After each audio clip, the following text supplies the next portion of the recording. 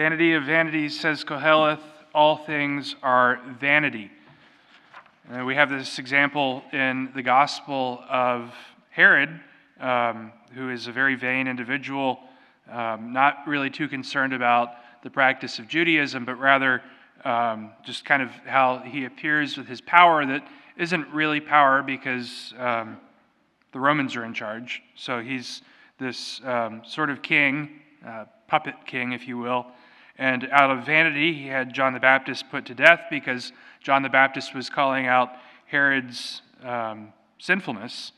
And so he recognizes that there's somebody with a similar message of John the Baptist. And some are saying, well, John's been risen from the dead. Some are saying Elijah or another ancient prophet has appeared. And he desires to see him.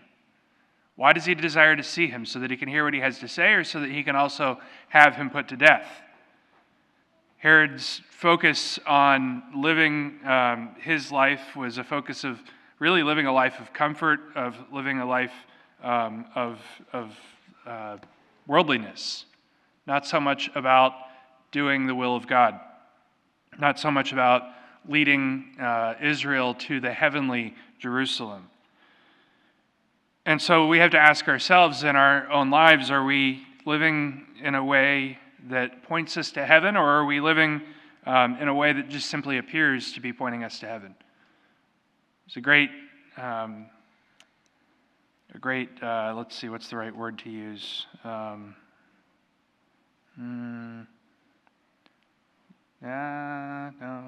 Let's see.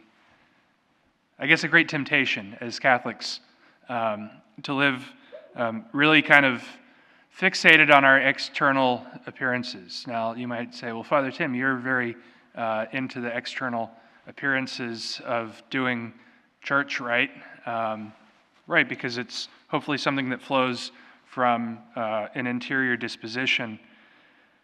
But when we get away from that interior disposition, we just focus on see how good I am practicing the faith, kind of a Phariseeism. See how well I live my life. See how well I do Catholicism. See how well I worship God. Those are important things. We should worship God well. We should live our lives so as to follow Christ. But Jesus tells us in the gospel, don't let your right hand know what your left is doing.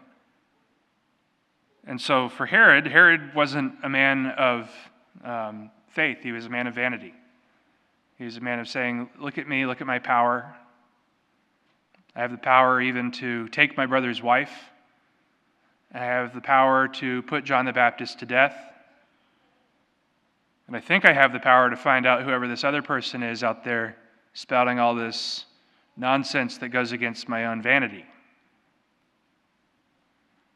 A lot of times we hear something, whether it be in preaching, whether it be something that we hear maybe from a prominent Catholic figure, whether it be something that it pricks our conscience. Because it reminds us, hey, I need to change. I need to do something better. I need to stop this vice, or I need to increase this virtue. And we hear it, we say, how dare they? They don't know me. They don't know my life. They don't know what I'm going through. How dare they urge me to be holy? How dare they urge me to do the will of God in a more pure way?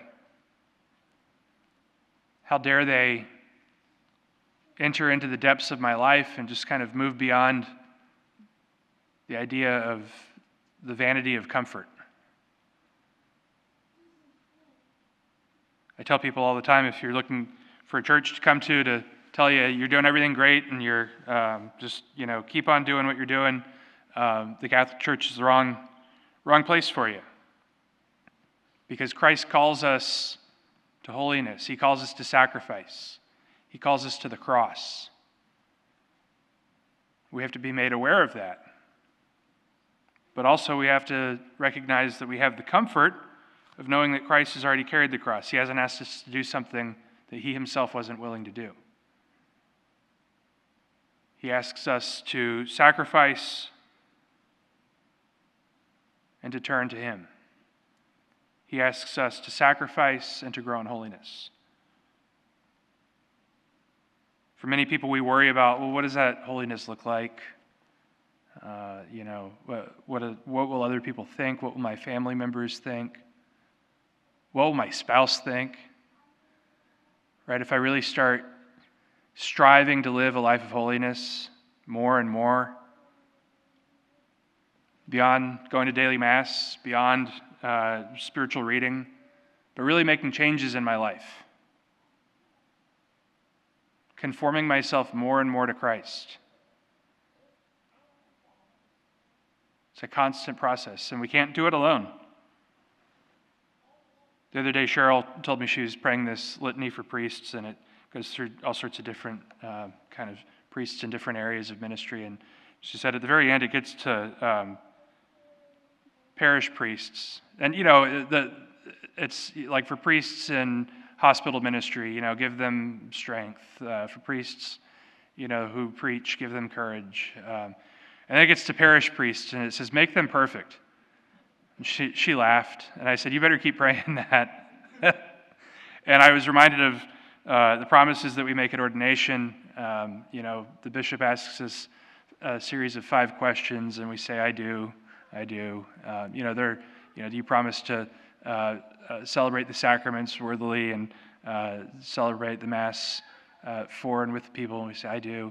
And then the final question is, do you promise to conform your life to Christ? There's some more flowery language to it. But to conform your life to Christ, the high priest, who lays down his life.